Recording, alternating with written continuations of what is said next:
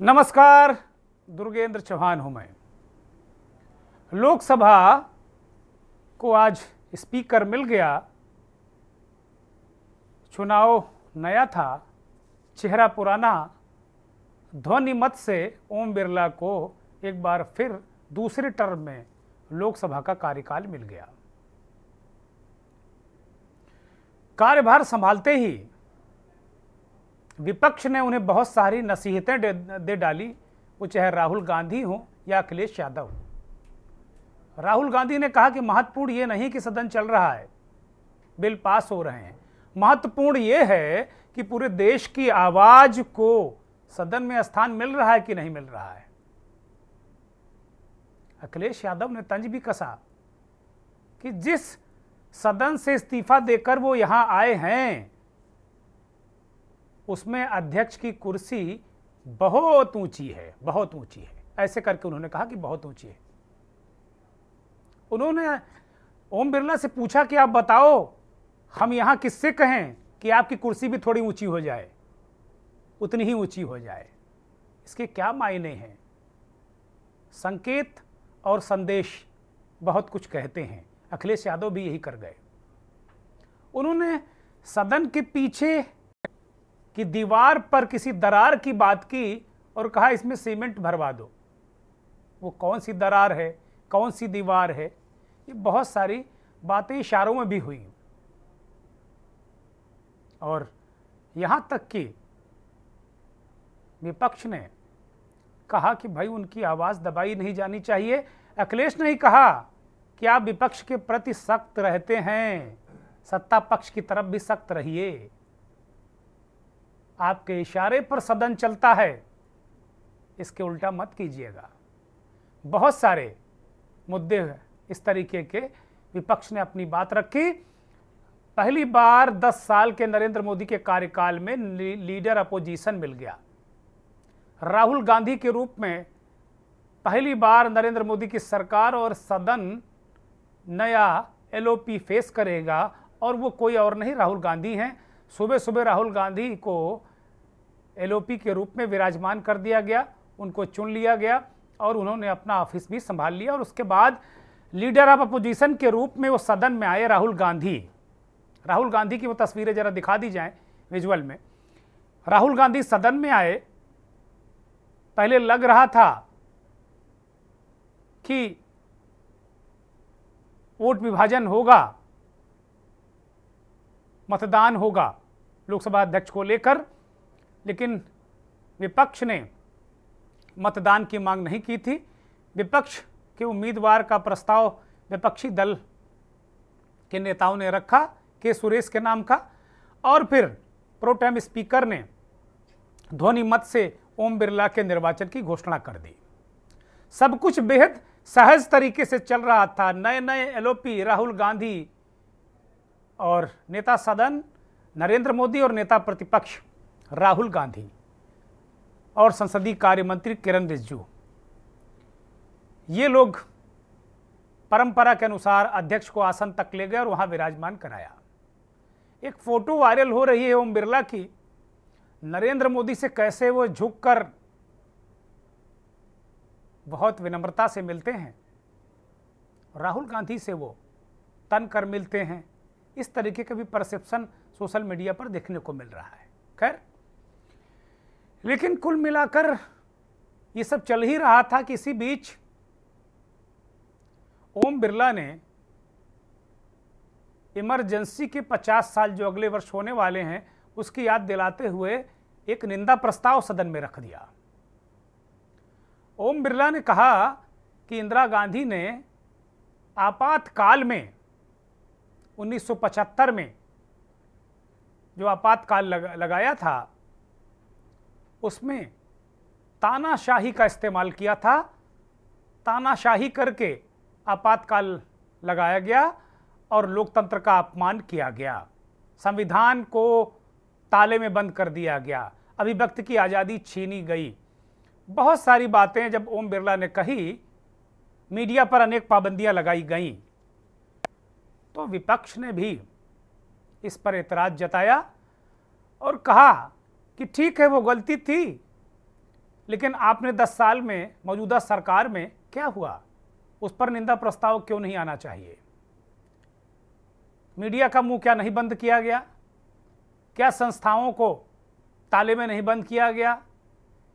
क्या एजेंसियों का दुरुपयोग नहीं किया गया? क्या विपक्ष को जेल में नहीं डाला गया? बहुत सारे सवाल सदन में खड़े किए गए और इसी बात को लेकर सदन में जो मुद्दा रहा तनातनी का, वो तानाशाही बनकर उभरा। तो मंथन में आज इसी बात को लेकर हम चर्चा करने वाले हैं कि तानाशाही पर तनातनी।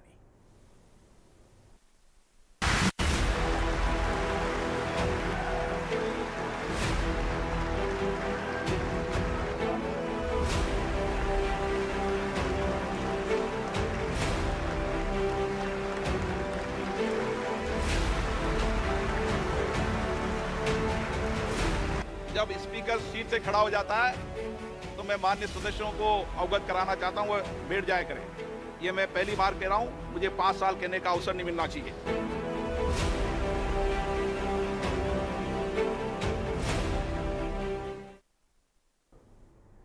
ओम बिरला ने जब ये सारी चीजें कही आपातकाल को लेकर, तो बहुत सारे सदन में जो विपक्षी सदस्य थे वो खड़े हो गए, हंगामा करने लगे। तो ओम बिरला भी खड़े हो गए और उसके बाद उन्होंने सदस्यों को ऐसी फटकार लगाई कि ऐसा लगा कि ये सदन है ही नहीं। ऐसा लगा कि ये सांसद नहीं, विद्यार्थी हैं चौथे पांचवी के, और वो अध्यक्ष नहीं, हेडमास्टर हैं, ऐसा लगा।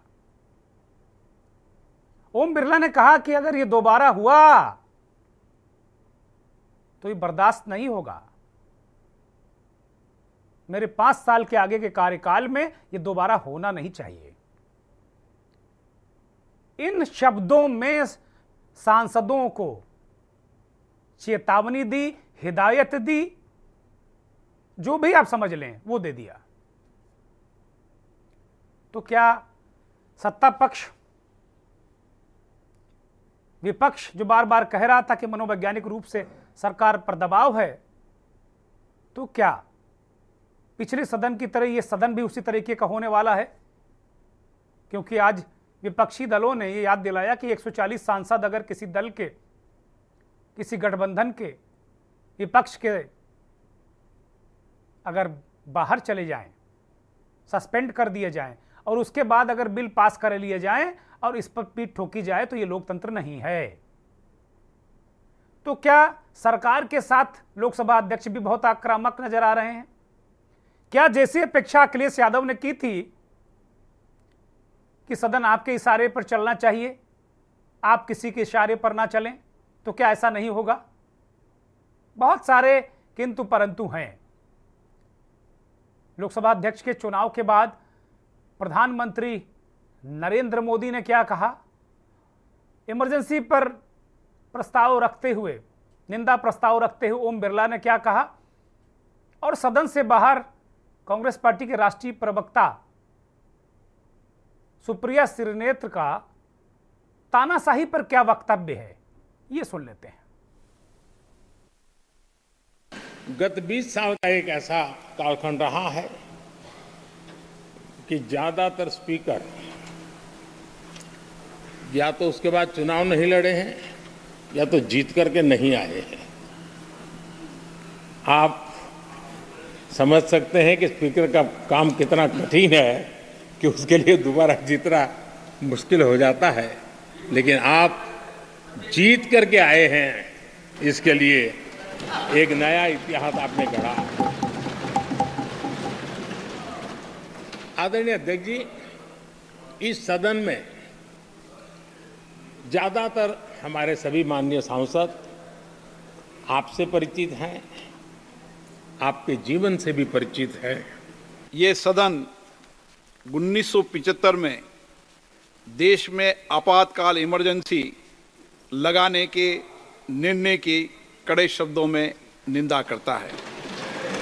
इसके साथ ही हम उन सभी लोगों की संकल्प शक्ति की सराहना करते हैं जिन्होंने इमरजेंसी का पुनः जो विरोध किया, अभूतपूर्व संघर्ष किया और भारत के लोकतंत्र की रक्षा का दायित्व निभाया। जनता की दी हुई ताकत, जनता की दी हुई आवाज अब सदन में दहाड़ेगी राहुल गांधी नेता प्रतिपक्ष के रूप में। अगर जनादेश यह है कि तानाशाह सरकार की नकेल कसकर रखी जाए, उनको मुद्दों से भटकाने से रोका जाए, तो इसका बीड़ा खुद राहुल गांधी ने उठा लिया है। एक बात के लिए आश्वस्त रहिएगा कि आपकी आवाज, जनता की आवाज का अब कोई दमन नहीं कर सकेगा सदन में, क्योंकि राहुल गांधी हर कीमत चुकाने के लिए तैयार है। इन्होंने सत्ता को बेहद करीब से देखा है, उसके बीचों बीच रहकर तो ये जानते हैं कि सत्ता के लोगों की लगाम कब, कहां और कैसे कसी जानी है। तो सत्ताधीशों, संभल जाओ, अपनी छल कपट की राजनीति छोड़ दो, अपना चाल चलन बदल दो, क्योंकि तुम्हारे सामने सदन में जो नेता प्रतिपक्ष बैठा है वो आदमी आग में तपकर निखरकर खरा सोना खालिस कुंदन है। तो जब जब आप मुद्दों से भटकाइएगा, जब जब आप जन विरोधी काम करिएगा, आपको सही रास्ते पर लाने का काम यही आदमी चट्टान की तरह खड़ा होकर करेगा। इस देश को, विपक्ष को और हमारे लोकतंत्र को एक बेहद निर्भीक, निडर, अडिग, अविचल नेता प्रतिपक्ष राहुल गांधी मुबारक हो। इनके लिए देश का लोकतंत्र सर्वोपरि था, इनके लिए भारत सर्वोपरि था और भारत के मूल्यों की स्थापना के लिए, जिन मूल्यों के लिए देश के स्वतंत्रता संग्राम सेनानियों ने आजादी की लड़ाई लड़ी थी, भारत को स्वाधीन करने, मौलिक अधिकारों को बहाल करने, इन सभी संविधान की आत्मा को पुनर्स्थापना करने के लिए जो कार्य उस समय तत्कालीन सरकार ने किया था, कांग्रेस ने, याद करिए, भारत के संविधान की प्रस्तावना उसकी आत्मा कही जाती है, इन्होंने आत्मा को भी नहीं बख्शा। भारत के संविधान में 1975 की रात्रि में 2 शब्द नए जोड़े गए, समाजवादी और धर्मनिरपेक्ष शब्द। ये सेकुलर शब्द ये उसी समय जोड़ने का काम किया था। भारत के मूल संविधान में ये शब्द कहीं नहीं है, लेकिन कांग्रेस ने अपने स्वार्थ के लिए, भारत को अपमानित करने के लिए, भारतीयता को अपमानित करने के लिए, भारत को किस रूप में लांछित करने का कार्य करके भारत की आत्मा पर ही प्रहार करने का काम किया था, यह आज किसी से छुपा हुआ नहीं है। योगी आदित्यनाथ कह रहे हैं कि सेकुलर और समाजवादी शब्द संविधान में जोड़कर भारत को लांछित किया गया। मुख्यमंत्री जी का नजरिया यह हो सकता है कि ये दोनों शब्द अगर लांछन हैं तो ये तो समाजवादी होना ही बहुत बड़ी गाली है, सेकुलर होना अपने आप में बहुत बड़ी गाली है, अगर इस बात को समझ लिया जाए, मान लिया जाए। राहुल गांधी ने नेता प्रतिपक्ष के तौर पर जो नए लोकसभा अध्यक्ष चुने गए, ओम बिरला, उनसे क्या अपेक्षा की है, वो बड़ा महत्वपूर्ण बातें उन्होंने की। Speaker sir, the question is not how efficiently the House is run. The question is how much of India's voice is being allowed to be heard in this House. So the idea, Speaker sir, so the idea that you can run the House efficiently by silencing the voice of the opposition is a non-democratic idea. And this election has shown that the people of India expect the opposition to defend the constitution, the Samvidhan of this country. And we are confident that by allowing the opposition to speak, by allowing us to represent the people of India, you will do your duty of defending the constitution of India.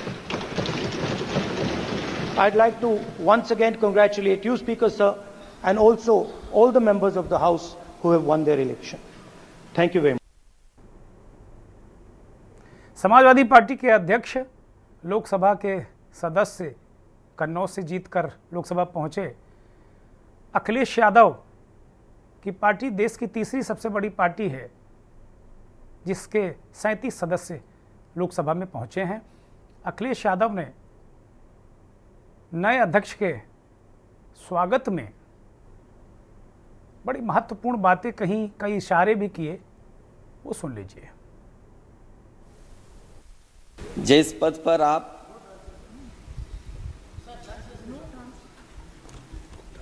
जिस पद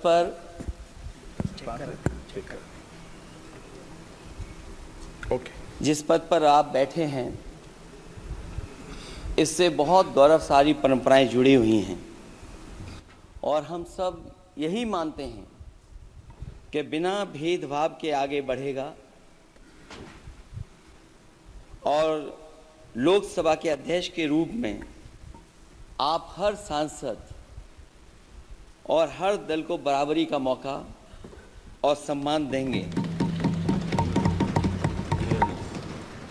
निष्पक्षता इस महान पद की महान जिम्मेदारी है। आप लोकतांत्रिक न्याय के मुख्य न्यायाधीश की तरह बैठे हैं।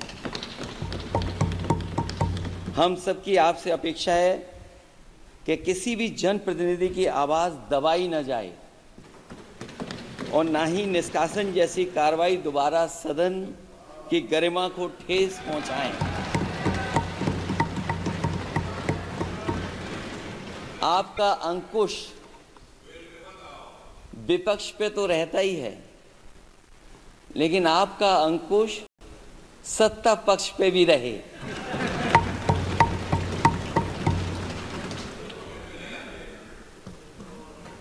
अध्यक्ष महोदय, आपके इशारे पर सदन चले, इसका उल्टा ना हो। हम आपके हर न्याय संगत फैसले के साथ खड़े हैं। मैं एक बार फिर आपको इस अध्यक्ष पद पर बैठने के लिए बहुत बहुत बधाई देता हूं। मैं सदन में पहली बार आया हूं, ये नए सदन में। मुझे लगा कि हमारे स्पीकर की कुर्सी बहुत ऊंची होगी, क्योंकि मैं जिस सदन को छोड़ के आया हूं, अध्यक्ष जी, उसकी कुर्सी बहुत ऊंची है। उस समय भी मैं अध्यक्ष जी किसको कहूं कि ये कुर्सी और ऊंची हो जाए। जहां ये नया सदन है, वही मैं आपकी पीठ के पीछे देख रहा हूं, पत्थर तो सही लगे हैं, सब कुछ अच्छा लगा है, लेकिन कुछ दरार में मुझे कुछ सीमेंट अभी भी लगा दिखाई दे रहा है। अध्यक्ष महोदय, मुझे उम्मीद है कि आप जितना सत्ता पक्ष का सम्मान करेंगे, उतना ही विपक्ष का सम्मान कर करके हमें भी अपनी बात रखने का मौका देंगे। मैं आपको बधाई देता हूं, शुभकामनाएं देता हूं, हर तरीके से आपके साथ हैं। बहुत धन्यवाद। तो कुल मिलाकर ये सारी चीज़ें बड़ी महत्वपूर्ण तरीके से अखिलेश ने बहुत सारी बातें इशारों में कह दी, जिसको वो संदेश पहुंचाना चाहते थे ओम बिरला को, सरकार को। मुझे लगता है कि वो संदेश पहुंच गया। आज चर्चा मंथन में इसी बात को लेकर कि आखिर ये तानाशाही पर तानातानी क्यों हो गई पहले दिन, और क्या इमरजेंसी पर प्रस्ताव लाकर क्या लोकसभा अध्यक्ष विपक्ष को मॉरली ये बताना चाहते थे, जताना चाहते थे कि आप संविधान की प्रतियां लेकर सदन में आए, संविधान की बहुत बात करते हैं आप लोग सदन में, इस तरह की बातें करते हैं, लेकिन आप वास्तव में है नहीं वो। और ये भी क्या संकेत था कि अखिलेश यादव जो बात कह रहे थे कि भाई आपके इशारे पर सदन चले, इसके उलट ना हो। ओम बिरला पर ये आरोप लगते रहे कि वो रिमोट से चलते हैं। खैर, अभी शुरुआत है। हमारे साथ मेहमानों का पैनल जुड़ गया है। इस देश के बहुत ही वरिष्ठ पत्रकार, विश्लेषक और वर्षों तक लोकसभा और राज्यसभा को कवर करने वाले बहुत ही वरिष्ठ पत्रकार वीरेंद्र सेंगर जी हमारे साथ जुड़े हैं। बहुत स्वागत, बहुत धन्यवाद वीरेंद्र जी, बहुत आभार।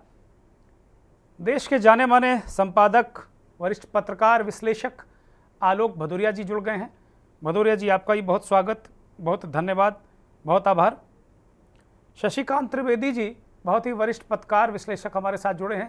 त्रिवेदी जी, आपका भी बहुत स्वागत, बहुत धन्यवाद, बहुत आभार। ब्रजेंद्र मिश्रा, कांग्रेस पार्टी के नेता, हमारे साथ जुड़े हैं और सौरभ उनियाल भारतीय जनता पार्टी के युवा नेता हमारे साथ जुड़े हैं। बहुत स्वागत, बहुत धन्यवाद, बहुत आभार। खासतौर पर राजनीतिक मेहमानों से मेरा अनुरोध है कि मैंने सिर्फ राजनीतिक मेहमानों को इसलिए अपने कार्यक्रम में लगातार विनम्रता से आमंत्रित करता हूं कि राजनीतिक दलों का नज़रिया और पक्ष भी जनता के सामने आए। पत्रकार और विश्लेषक अपने तरीके से विश्लेषण करते हैं, तो मेरा निवेदन है कि कोई पत्रकार या विश्लेषक कोई विश्लेषण करता है तो दोनों राजनीतिक दल के लोग उसे धैर्यपूर्वक सुनेंगे और पत्रकार को सर्टिफिकेट बिल्कुल नहीं देने लगेंगे, क्योंकि आजकल ये रवायत चल पड़ी है, चाहे पक्ष हो चाहे विपक्ष, अगर उनके मन की बात नहीं है तो तुरंत सर्टिफिकेट बांटने लगते हैं, वो लिखे बाकायदे टाइप शुदा रखते हैं वो लोग। तो मुझे लगता है ये प्रक्रिया नहीं होनी चाहिए, कम से कम मेरे इस कार्यक्रम में। बहुत आभारी रहूँगा। वीरेंद्र सिंगर जी से चर्चा की शुरुआत करते हैं। वीरेंद्र जी ने बहुत तमाम लोकसभा की रिपोर्टिंग की है, तमाम पॉलिटिकल राजनीतिक रिपोर्टिंग के दिग्गज पत्रकार। वीरेंद्र जी, जिस तरीके से आज, एक तो मैं पहले समझना चाहता हूं कि अखिलेश यादव ने सदन में कुर्सी ऊंची की बात कर दी, सीमेंट की बात कर दी जो टाइल्स में लगी, ये क्या बताना वो चाहते थे? कहीं का ईंट कहीं का रोड़ा, भानुमति का कुनबा जोड़ा, या फिर ये बताना चाहते थे कि भाई उत्तर प्रदेश की विधानसभा के जो अध्यक्ष हैं सतीश महाना, वो इतना अपने कार्य और व्यवहार से इतने ऊंचे पहुंच गए हैं, इतने ऊंचे हो गए हैं कि वो पक्ष और विपक्ष को दोनों को समान दृष्टि से देखते हैं, और ओम बिरला से भी यही अपेक्षा अखिलेश यादव ने की है। वीरेंद्र सिंगर जी।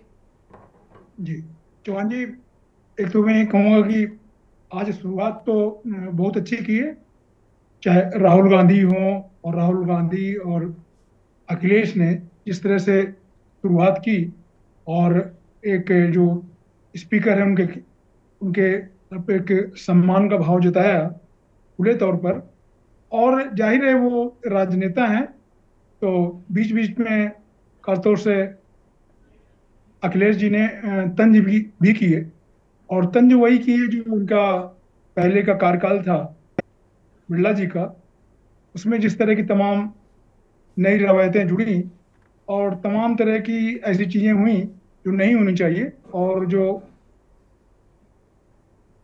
नैतिक रूप से परंपरा भी नहीं रही उस तरह की सदन की, उसकी ओर उन्होंने इशारा किया और ये अपेक्षा की कि कम से कम वो जो चीज़ें हैं उनकी पुनरावृत्ति नहीं होगी, और उन्होंने उम्मीद की कि जो इशारा किया उन्होंने कि ये कुर्सी और ऊंची हो, तो उन्होंने एक उम्मीद भी जताई है कि इस कुर्सी की गरिमा बहुत जरूरी है, जो कि पिछले कार्यकाल में नहीं रही थी।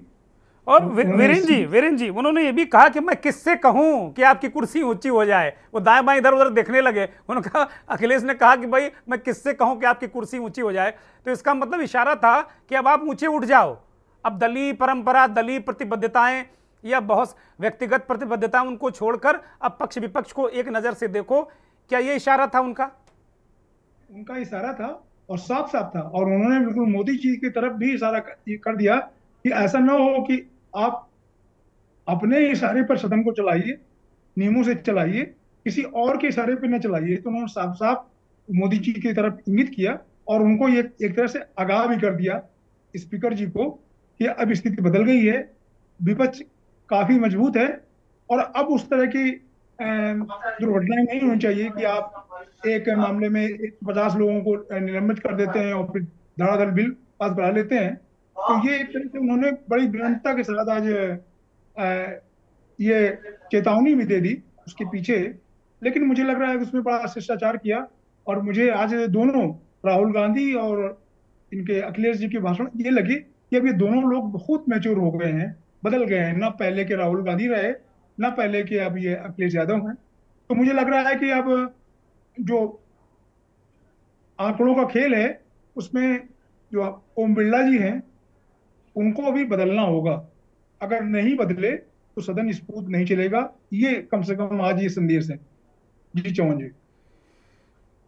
ठीक है वीरेंद्र जी, आप लगातार मेरे साथ बने रहिए, मुझे एक ब्रेक पर जाना है, मैं एक ब्रेक ले रहा हूं और ब्रेक से लौटूंगा तो ये तानाशाही पर तनातनी, जिसको लेकर हम इस कार्यक्रम में आए हैं, इस पर चर्चा करेंगे कि क्या आपातकाल की चर्चा, निंदा प्रस्ताव जरूरी था? लगा हर साल हम निंदा करते हैं, पहले सदन में भी निंदा हो चुकी है।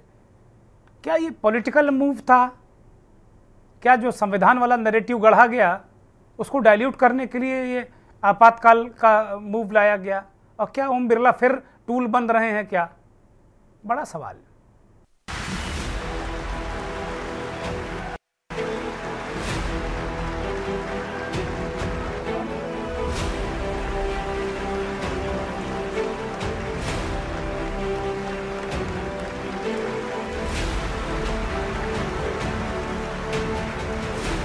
जब स्पीकर सीट से खड़ा हो जाता है तो मैं माननीय सदस्यों को अवगत कराना चाहता हूं, वो बैठ जाया करें। ये मैं पहली बार कह रहा हूं, मुझे 5 साल कहने का अवसर नहीं मिलना चाहिए।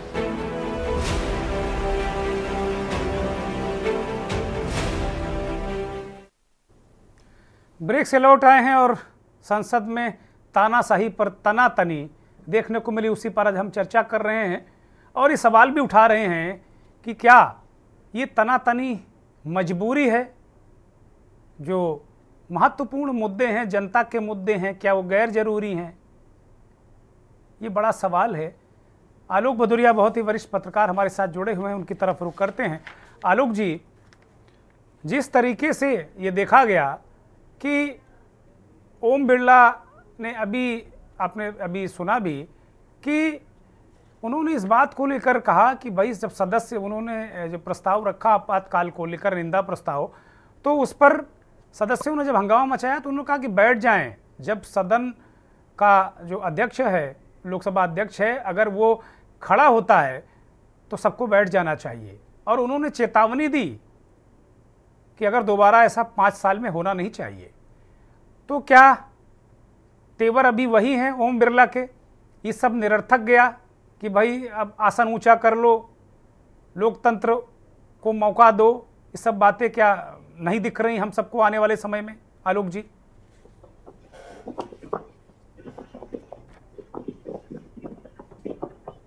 आलोक जी अनम्यूट करिए, हम आपको सुन नहीं पा रहे हैं।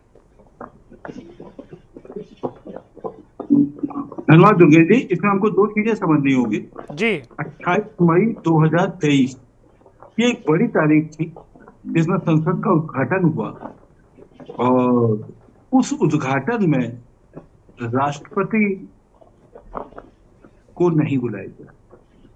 संसद का सबसे प्रमुख कौन होता है? अगर आप संविधान की किताब पढ़ना चालू करें, हाई स्कूल में भी अगर सब्जेक्ट है, इंटर में भी सब्जेक्ट है, तो पहले ये आता है कि ये सदन का मुखिया तो राष्ट्रपति होता है। तो राष्ट्रपति को नहीं बुलाया गया। अब ऐसी स्थिति में अभी इतिहास का कालखंड है, इसको आप क्या कहेंगे? क्या आपको लगता है कि 1 साल में बहुत कुछ बदल गया? बदलना चाहिए था, बिल्कुल बदलना चाहिए था, लेकिन क्या बदला? अब सवाल वही है कि पिछला जो दौर था, पिछली जो लोकसभा के जिसकी तरफ राहुल गांधी इशारा कर रहे थे, जिस तरफ सुप्रिया सुले इशारा कर रही थी, अखिलेश यादव इशारा कर रहे थे, वो तो ये था कि आपको अब चीजें सुननी चाहिए, सहमति की बात होनी चाहिए, मतलब बहुमत के आतंक से बचना चाहिए। कुल मिलाकर यही है और ये जनता की आवाज उठाने का मौका हमको दिया जाना चाहिए। कुल मिलाकर ये विपक्ष की एक ये ध्वनि थी। लेकिन सवाल यह है कि उस ध्वनि का क्या कोई मोल रहेगा? बड़ा मुश्किल है मोल रहेगा। इसलिए मोल नहीं रहेगा, देखिए अभी कुछ कानून पास करने हैं। पिछली बार जब आप दिसंबर आप याद करिए, थोड़ा सा हर चीज के लिए हमको थोड़ा पीछे लौटना पड़ेगा। कोई एकदम से हम नया बीज नहीं डाल सकते 2024 में कि नया बीज पड़ा और नया पेड़ बनेगा लोकतंत्र का, ना। उसके लिए हमको दिसंबर लौटना पड़ेगा, 6 महीने पहले लौटना पड़ेगा। तब हुआ क्या था? 146 सांसदों को सदन से निलंबित कर दिया गया था। मतलब कानून कौन से पास हुए थे? इस देश के लिए सर्वाधिक महत्वपूर्ण कानून आपके सीआरपीसी नया लगा, एविडेंस एक्ट नया लगा। 3 महत्वपूर्ण कानून जो न्याय व्यवस्था के साथ में जुड़े हुए हैं बिना किसी चर्चा के पास हो गए। क्या ये लोकतंत्र है? पहले तो हमको ये समझना पड़ेगा। अगर ये लोकतंत्र है तो ये 50 साल पुराने लोकतंत्र की बात क्यों की जाए? अब ये आप फर्क करेंगे कि क्या ये घोषित इमरजेंसी है या अघोषित है। तो मुझे लग रहा है कि देश के लिए इतना बड़े महत्वपूर्ण जो आप न्याय व्यवस्था से जुड़े हुए जब ये पास करते हैं और उसमें किसी पे चर्चा नहीं होती, 146 सांसद बाहर निकाल दिए जाते हैं और उसके बाद इनको पास कर दिया जाता है जो आपका चंद दिनों के बाद में लागू होने वाले हैं। आज जो हम लोग बात कर रहे हैं उसके एक हफ्ता भी नहीं है, वो मुश्किल, वो लागू हो जाएंगे सारे के सारे बिना चर्चा के। ये बहुत महत्वपूर्ण बात है। थोड़ा सा और पीछे लौटना पड़ेगा। लेकिन मैं अभी घोषित और अघोषित आपातकाल की मैं बात करना चाहूंगा। मैं चाहूंगा थोड़ा सा और पीछे लौटे 3 साल पहले। किसानों के कानून, इस देश में अर्थव्यवस्था में कृषि का बहुत बड़ा योगदान है। कृषि और कृषि क्षेत्र से जुड़े सेक्टर का, जिसको पूरा आप एग्रीकल्चर सेक्टर में ले लीजिए, केवल किसानी पर मत जोड़िए, किसानी से जुड़े हुए लोगों को भी जोड़िए, तो आपकी 65% आबादी तो वहां से जुड़ी हुई है। आप कृषि में सुधार के लिए 3 कानून लाते हैं, कितनी चर्चा होती है, ध्वनि मत से वो पास होता है। तो ये जो ध्वनि मत है, ये लोकतंत्र में ध्वनि मत का क्या मतलब है? संविधान में ये व्यवस्था है कि अगर एक सांसद भी, एक प्रतिनिधि भी जो सदन में बैठा हुआ है, अगर मत विभाजन की मांग करता है तो मत विभाजन होना चाहिए। ये संविधान कहता है। हम जिस संविधान की दुहाई देते हैं वो यही संविधान है। तब ऐसे में आप 50 साल पुरानी बातों को अगर आप कह रहे हैं, ठीक है, करिए, रस्म अदायगी करिए, इसमें कोई बुरी बात नहीं है, करिए। वो एक काला अध्याय था, उसकी आप निंदा करें तो ठीक है। लेकिन क्या ये जो घटनाएं हुई है, क्या ये निंदा के पात्र ये नहीं है? क्या ये उसके समकक्ष नहीं है? अब सवाल है, बहस होती है घोषित और अघोषित आतंकवाद। सवाल ये है कि बहुमत के आतंक के कारण तो आपने सारे काम कर लिए, अब आप क्या करेंगे? इस सरकार के सामने जो सबसे बड़ी समस्या आने वाली है, जिसमें विदेश का भी दबाव है, बड़ी बड़ी कंपनियों का दबाव है, वो है बीमा सेक्टर।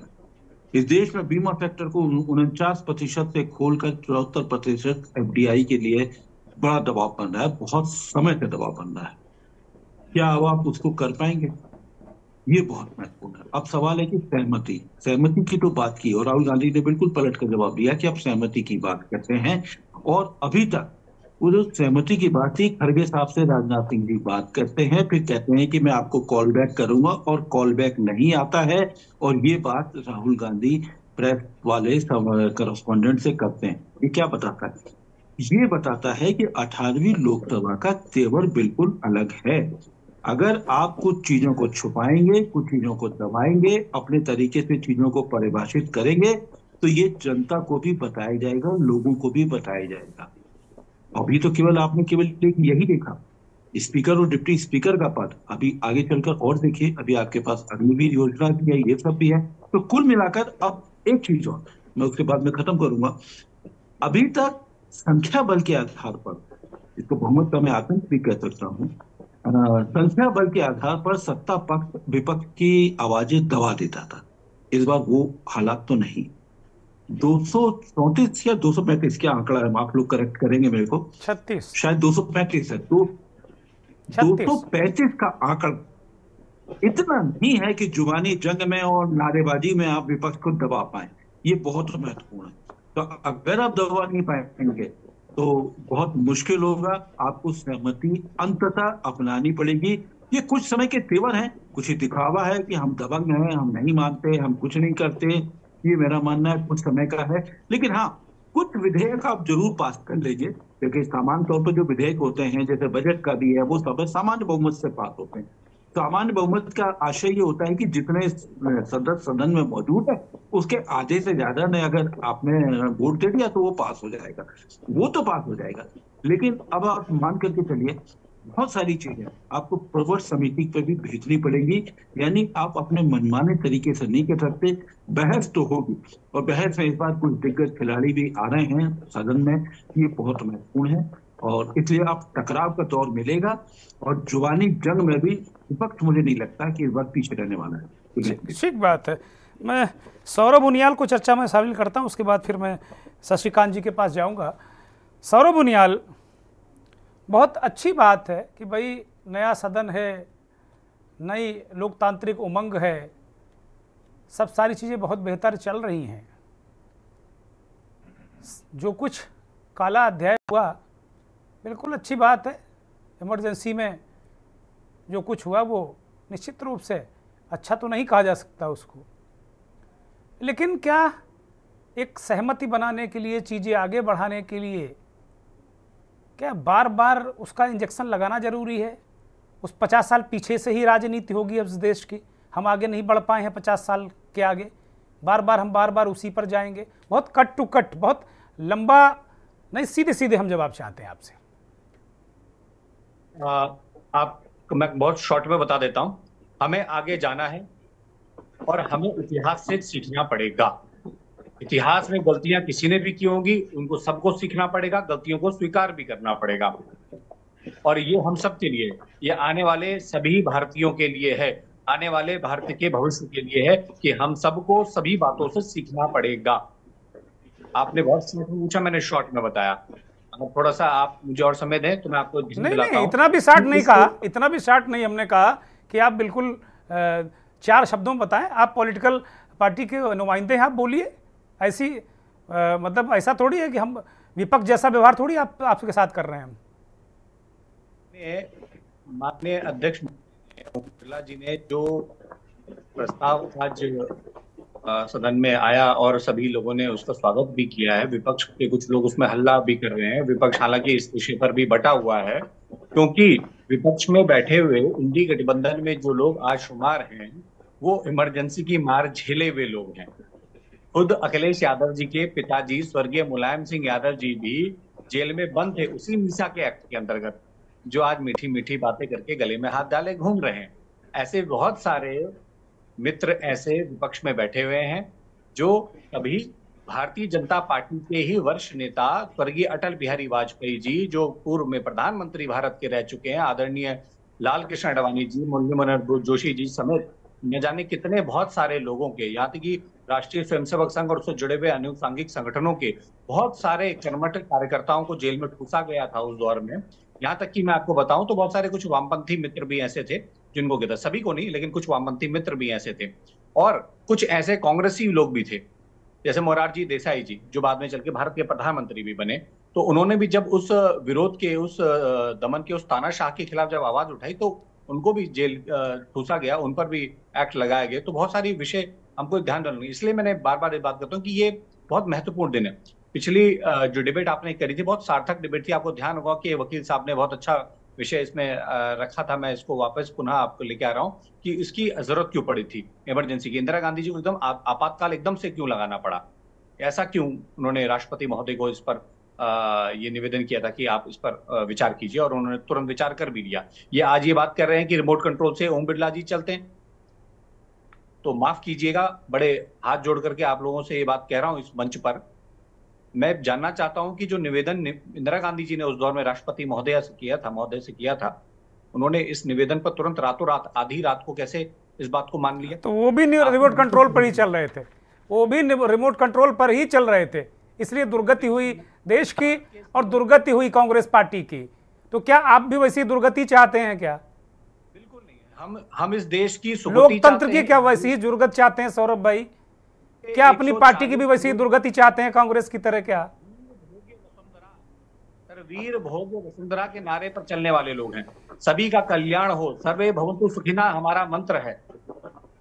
अच्छा सौरभ उनियाल, एक बात का मेरी जवाब दे दो। मैं सारी बातों से आपकी सहमत हो सकता हूं, एक बात का मेरी जवाब दे दो जी।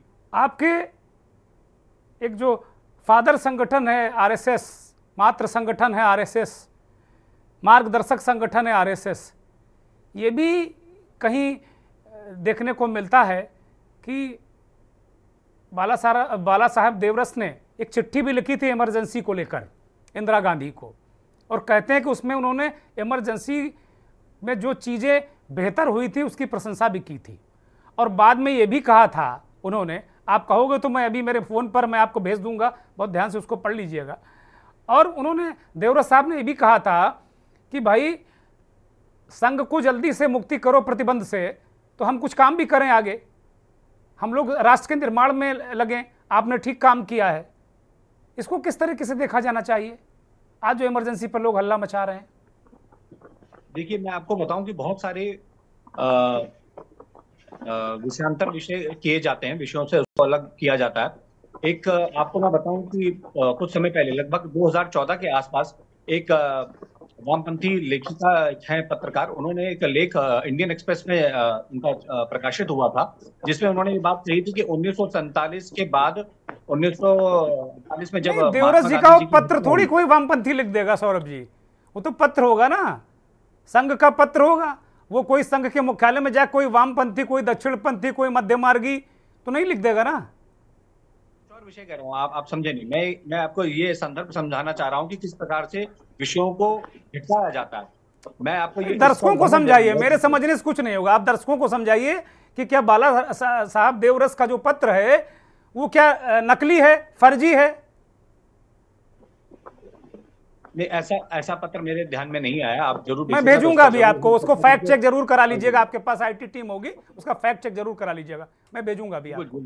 बिल्कुल कराएंगे, बिल्कुल कराएंगे। ठीक है। लेकिन आपको बताएं, लेकिन इस बात से कोई दो राय नहीं है कि उस दौर में जिस प्रकार की दमनकारी नीतियों का प्रयोग किया गया बलपूर्वक, और आप तो मीडिया के एक हिस्सा है, आप मीडिया के इतने लंबे समय से अनुभव में रखते हैं, आपको ध्यान होगा कि बहुत सारे वरिष्ठ पत्रकार जो शायद आज दुनिया में भी नहीं है, उनको किस प्रकार से जो है जेल की यातनाओं को सहना जेल में डाला गया था, जेल में डाला गया था, ऐसा नहीं है, जेल में डाला गया था।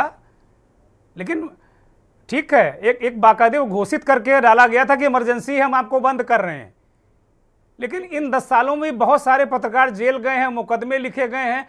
आप जरा खबर चला कर देख लीजिए, किसी सरकार के खिलाफ, सरकार तो छोड़िए, अभी अजीत भारती आप ही की विचारधारा के व्यक्ति हैं। अजीत भारती सरकारों का चरित्र है, चाहे सरकार मेरी हो चाहे तेरी हो, सरकारों का चरित्र है। सौरभ बुनियाल, अभी अजीत भारती दक्षिणपंथी विचारधारा के व्यक्ति हैं, उन्होंने राहुल गांधी के खिलाफ कुछ लिख दिया, कर्नाटक की पुलिस आ गई उन्हें टांग के ले जाने के लिए। सरकारों का चरित्र हो गया है, मेरी सरकार तेरी सरकार नहीं। उदाहरण बताइए, अजीत भारती जैसा कोई दक्षिणपंथी पत्रकार और जिसको भारतीय जनता पार्टी की पुलिस उठा के लेके जा रही हो। भारतीय जनता पार्टी की पुलिस कहां उठा के ले जा रही है? वो तो कांग्रेस की सरकार की पुलिस उठा कर ले जा रही है उसको। वही तो मैं कह रहा हूं ना, ये इनका चरित्र है। कप्पन का नाम बता दीजिए दुर्गे जी। हाँ, कप्पन साहब केरल के पत्रकार थे, वो यहाँ हाथरस में आए थे, हाथरस कांड में वो 6 महीने तक बेचारे बंद रहे, ना उनको भाषा आती थी, यहाँ ना कुछ आता था। तो ऐसा नहीं, बहुत सारे लोग, एक मेरे पूर्व चैनल का मेरा साथी था जायसवाल, उसने नमक रोटी पर खबर कर दी थी, जेल चला गया, कैंसर हो गया, किसी ने हाथ नहीं लगाया, मर गया वो। तो ऐसा नहीं है, ऐसा नहीं, बहुत सारे उदाहरण हैं। लेकिन बात फिर सारी चीजों की होनी चाहिए ना। ठीक है, बहुत खराब बात थी वो। ठीक है, मैं आऊंगा आपके पास। ब्रजेंद्र मिश्रा, कि आप लोगों ने लोकतंत्र में इतने धान बोकर रखे हैं शुद्ध भाषा में कि आप लोगों को बार बार शर्मिंदा होना पड़ता है। और ये 50 साल 70 साल से नीचे भारतीय जनता पार्टी के लोग आ ही नहीं रहे हैं। पहले नेहरू जी पर जाते हैं, फिर 50 साल पर इमरजेंसी पर लेकर आते हैं, और लोकसभा अध्यक्ष जी भी आज लेकर आ गए निंदा प्रस्ताव। लाना चाहिए भाई, क्यों नहीं लाना चाहिए? अगर आपने ऐसे कर्म किए हैं तो आपको बार बार याद दिलाया जाना चाहिए। याद दिलाते हैं, ठीक है। इन लोगों की आदत है कि मुद्दों से भटक करके मुद्दों से दिमाग को हटाया जाए। मुद्दे जो है, जिन मुद्दों पर चर्चा होनी चाहिए वो मुद्दों पर चर्चा ना हो, इसलिए ये लोग ये काम करते हैं। आज माननीय अध्यक्ष जी जिस तरीके से सदन के अंदर उनका विचार आया, इससे लगता है कि तानाशाही सरकार अभी कायम है। ये तानाशाही होगी। एक बार 146 लोग, एक सांसदों को बाहर किया गया है, अब आने वाले दिन में फिर ऐसे लोगों को किया जाएगा। माननीय राष्ट्रीय अध्यक्ष समाजवादी पार्टी को जिस तरीके से उन्होंने इशारा भी किया, अगर कोई दूसरा आदमी तो समझता, लेकिन ये समझने की कोई मतलब मुश्किल नहीं ली भाई, हम जहमत नहीं ली कि हम समझ रहे हैं इस बात को कि हमको सदन 5 साल चलाना है। ये तानाशाही सरकार है, इनके अंदर तानाशाही जो रवैया है चलाने के लिए एक मजबूर है, एक करेंगे। इसके खिलाफ अब सदन मजबूती से लड़ाई विपक्ष लड़ेगा।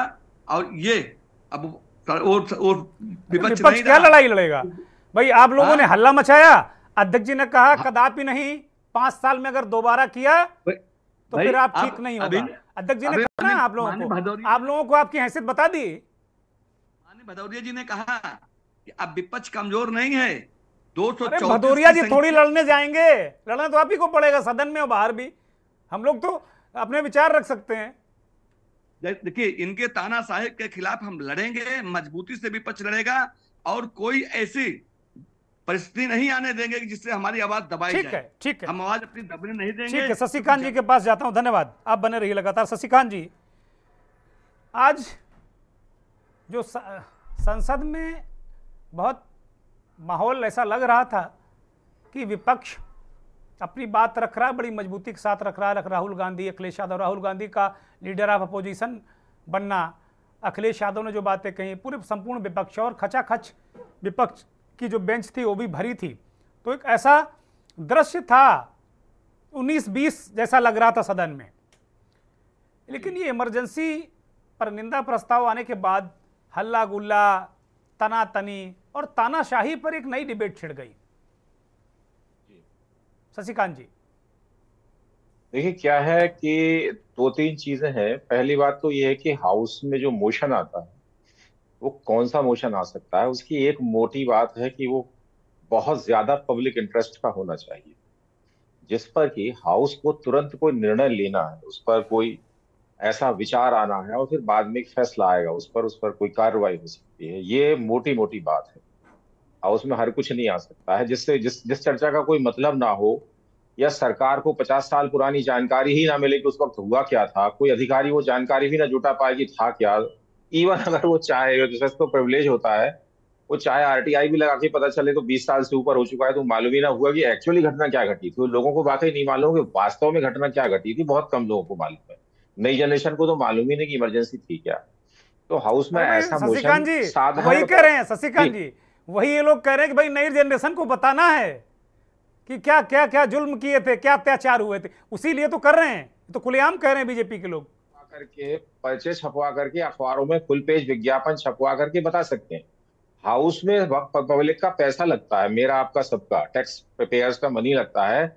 वहां पर केवल वही मुद्दे चर्चा में आने चाहिए जिन पर के आपको अभी अत्यंत लोक महत्व के विषय हैं, उन पर चर्चा होती। पहली बात। दूसरी बात, जो इमरजेंसी है, उस समय इमरजेंसी में एक शब्द था इंटरनल डिस्टर्बेंस, उस पर संविधान में बाकायदा व्याख्या थी और उसके आधार पर वो इमरजेंसी लगाई जा सकती थी, जिसे अब हटा दिया गया और उसकी जगह एक्सटर्नल एग्रेशन शब्द आ गया है। मतलब इंटरनल डिस्टर्बेंस से इमरजेंसी नहीं लग सकती।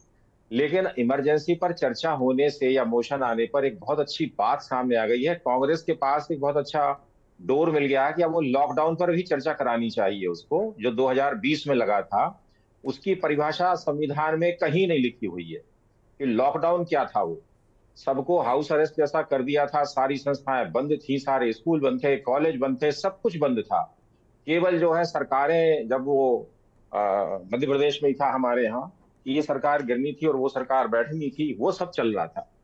तो वो किस कानून के तहत, किस संविधान के तहत, किस अधिकार के तहत, और फिर सीधे प्रधानमंत्री ने लगा दिया था आकर के, उस पर बिल्कुल कांग्रेस को चर्चा की मांग करनी चाहिए। अगर पुराने इतिहास को अगर उठाना है आपको कि 2020 में आपने कैसे किया था। फिर एक आप नोटबंदी पर भी कर सकते हैं, क्योंकि जो आरबीआई का एक्ट 26 है वो ये नहीं कहता है कि आप सारे नोट बंद कर दें, आप सीरीज बंद कर सकते हैं, उसकी पूरी तो ये चर्चा वो भी करा सकते हैं। तो चर्चा कराई। इमरजेंसी जो है अनकॉन्स्टिट्यूशनल नहीं थी, वो उसका रीजन कुछ भी हो, कॉन्स्टिट्यूशन में डिफाइन थी। लेकिन लॉकडाउन तो कहीं डिफाइन नहीं था। कहीं अगर आपको कोई बता दे मुझे कि कहाँ डिफाइन था। वो एपिडेमिक एक्ट है, उसमें लोकल एडमिनिस्ट्रेशन अगर ये पाता है कि कोई वो पेंडेमिक फैला रहा है, उसको वो अरेस्ट कर सकता है, सब कुछ कर सकता है।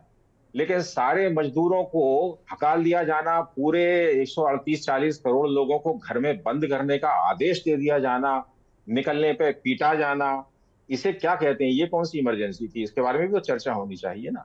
तो मुझे लगता है भारतीय जनता पार्टी ने एक बहुत अच्छा रूम दिया है, एनडीए की जो सिटिंग सरकार है, और कांग्रेस को इस मौके का फायदा उठाना चाहिए कि भाई इस पर भी अब जो है स्थगन प्रस्ताव, निंदा प्रस्ताव, ध्यानाकर्षण प्रस्ताव, जो उनसे भी प्रस्ताव आप ला सकते हैं, ये भी लोक महत्व का विषय है।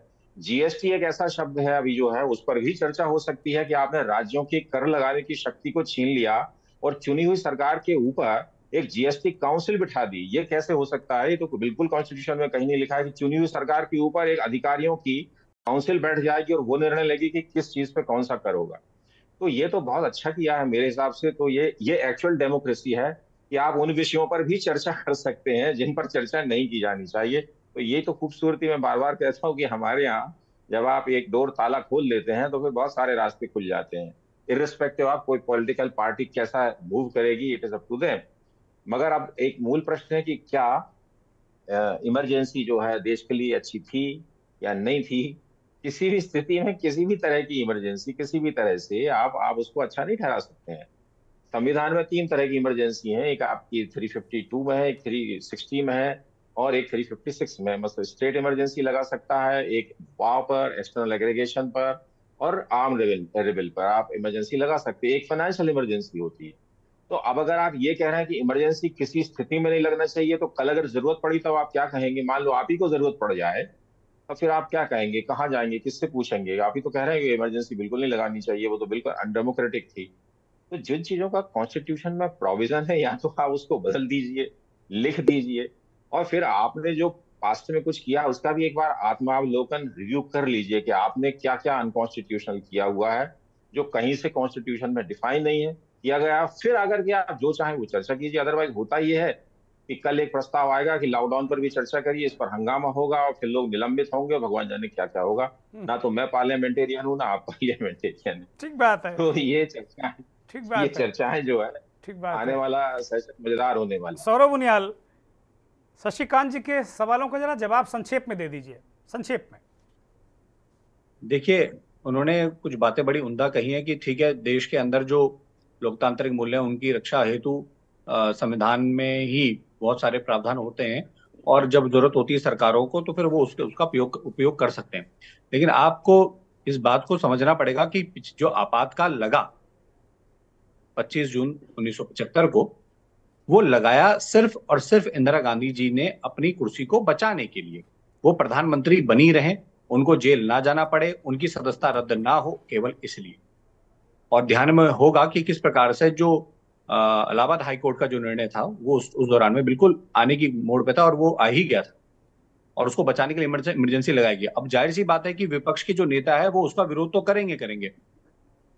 आवाज उठाने पर कोई रोक नहीं है, ना आज है ना कल थी। जब हम कल विपक्ष में बैठे थे हम तब भी आवाज उठाते थे और आज कोई और उठाना चाह रहा है तो वो भी उठाए, लेकिन उसका तरीका तो होगा। हम जब उस तरीके से लोकतांत्रिक तरीकों से जब उठाना चाह रहे थे तो जेल में हमारे लोगों को ठूसा गया। मीसा के अंतर्गत सब लोगों को जेल में बंद कर दिया गया, आवाजें बंद कर दी गई। पत्रकारों ने आवाज उठाई तो पत्रकारों को बंद कर दिया गया, अखबारों को बंद कर दिया गया, उनकी प्रतियां छपनी बंद हो गई, मैगजीनें बंद हो गई।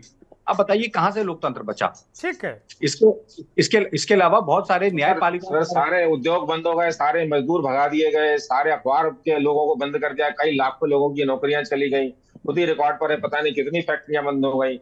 ये कौन सा लोकतंत्र है? ये भी तो बताइए ना सर। अमेरिका के कॉन्स्टिट्यूशन में नहीं है। जापान की सरकार ने साफ मना कर दिया कि हम कोई लॉकडाउन नहीं लगाएंगे, हमारे कॉन्स्टिट्यूशन में नहीं है। हम जो है सब लोगों से अपील करते हैं, हाथ जोड़ते हैं कि घर से बाहर मत निकलिए, इसके अलावा हम कुछ नहीं कर सकते। लोकतंत्र वो होता है जब देश का नेता बहुत सही बात एक पब्लिक से पूछ करके करता है। दिलचस्प चर्चा है शशिकांत जी, माफी के साथ मुझे रोकना पड़ रहा है। सौरभ, मैं आपको भी इस वक्त नहीं दे पाऊंगा क्योंकि अब मेरा क्लोजिंग टाइम है और एक छोटा सा डेंसिटी में बहुत जमीन आसमान का अंतर है सर। वायरस डेंसिटी नहीं समझता सर। वायरस ने कोई डेंसिटी अफ्रीका में भी फैला था जहां डेंसिटी नहीं थी। और बताऊं जब ठीक है, ये चर्चा बड़ी दिलचस्प है। किसी और दिन हम लोग इस पर चर्चा करेंगे कि जो इमरजेंसी की सूरत में लगाई जानी चाहिए, नहीं लगाई जानी चाहिए, क्योंकि सदन में तो निंदा प्रस्ताव आ ही गया है, तो हम लोग भी अब पूरी तरह इंटाइटल्ड हो गए कोई भी चर्चा करने के लिए, कोई दिक्कत नहीं। वीरेंद्र सिंगर जी, बहुत 10 सेकेंड में आपकी एक टिप्पणी लेना चाहता हूं कि अभी शशिकांत जी ने कहा कि लोक महत्व का विषय सदन में आना चाहिए। क्या ये बहुत लोक महत्व का विषय है? क्या ये? अनम्यूट करिए सिंगर जी। सिंगर जी को सुन नहीं पा रहे हैं जी, अनम्यूट करिए, हम आपको सुन नहीं पा रहे हैं।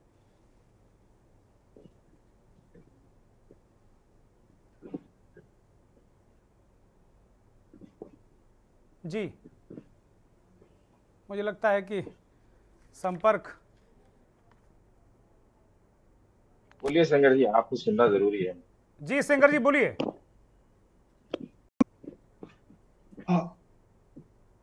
जी हाँ आवाज आ रही? हाँ बोलिए कृपया। जी जी जी।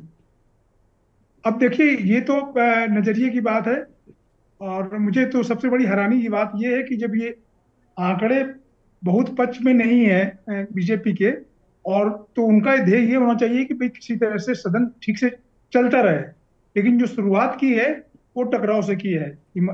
इमरजेंसी ठीक है, इमरजेंसी को कोई समर्थन नहीं करता, कांग्रेस भी कई बार माफी मांग चुकी है इसको लेके, और पब्लिक ने सजा भी दी है उसको, लोगों ने हराया, उनका अहंकार टूटा।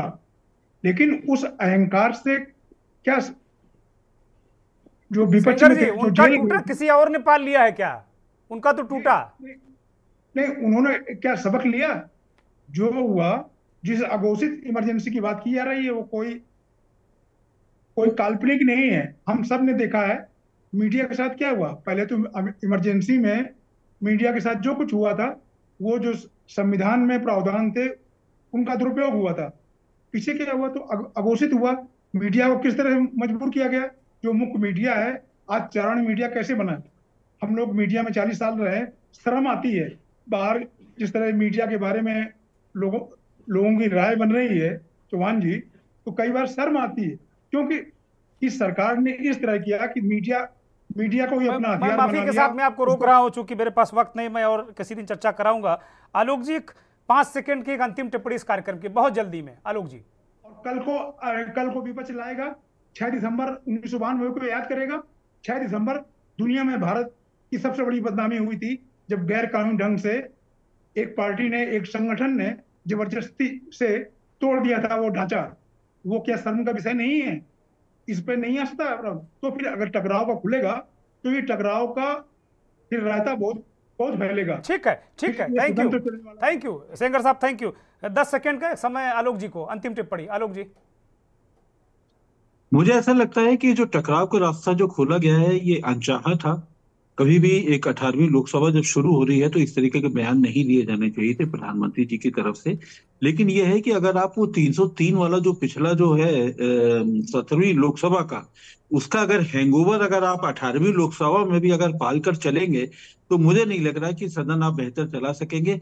और ये बिल्कुल नहीं भूलना चाहिए कि सदन चलाना ट्रेजरी बेंच का, सत्ता पक्ष का काम है। लेकिन सबसे बड़ा सवाल ये है कि क्या सत्ता पक्ष किसी भी विधेयक पर पूरी चर्चा करवाने पर उतारू रहता है, इच्छुक रहता है या नहीं रहता है? अभी तक का तो अनुभव नहीं है, लेकिन मुझे लगता है कि अब उसको इसके लिए तैयार होना चाहिए। चर्चा तो होकर रहेगी। बहुत शुक्रिया आलोक जी, सौरभ उनियाल बहुत धन्यवाद, ब्रजेंद्र मिश्रा, आलोक भदौरिया जी बहुत धन्यवाद, वीरेंद्र सेंगर जी, शशिकांत त्रिवेदी जी आपका भी बहुत धन्यवाद। बहुत आभार करोड़ों दर्शकों का जो के न्यूज़ को देखते हैं, हमारे इस खास कार्यक्रम मंथन को अपना स्नेह और आशीर्वाद प्रदान करते हैं। बड़ा सवाल यही कि लोक महत्व के मुद्दे क्या हैं? क्या जिस पर निंदा प्रस्ताव लाया गया वो बहुत लोक महत्व का मुद्दा है क्या? ये विचार जरूर करना होगा सांसदों को भी और आम जनता को भी। बहुत बहुत धन्यवाद, नमस्कार।